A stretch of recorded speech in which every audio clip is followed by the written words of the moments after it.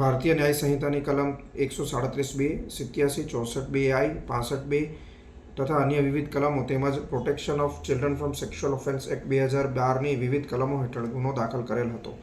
ઉપરોક્ત બનાવની વિગત એવી છે કે આ બાળકી તેમના રહેઠાણના સ્થળે કે જે ભટલાઈ ગામમાં આવેલું છે ત્યાં રમતી હોય.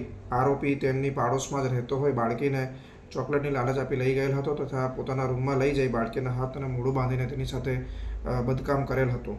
ત્યારબાદ બાળકીએ આ બાબત પોતાના ઘરે જણાવતા બાળકીના માતા પિતા બાળકીને પોલીસ સ્ટેશન લાવી આ અંગેની ફરિયાદ દાખલ કરાવેલ હતી અને આ આરોપી નાસી ગયેલ હતો. ત્યારબાદ અત્રેના ઈચ્છાપુર પોલીસ સ્ટેશનના થાણા ઇન્ચાર્જ તેમજ ડી સ્ટાફની ટીમે ટેકનિકલ સર્વેલન્સના આધારે ગુનેગારનો નંબર મેળવીને ત્યારબાદ તેમનું લોકેશન મેળવતા તે બિહારનું જણાઈ આવેલ હતું અને ઈચ્છાપુર પોલીસની ટીમે અહીંયા અત્રેથી રવાના થઈ બિહાર જઈ આરોપીને ગતરોજ ઝડપી પાડી અત્રે લઈ આવેલ છે. આરોપીનું નામ પૂછપરછમાં તેણે જય મંગલ ઉર્ફે બાબા અભિલાખ પાસવાન જણાવેલ છે અને તે બિહારનો રહેવાસી હોવાનું જણાઈ આવેલ છે.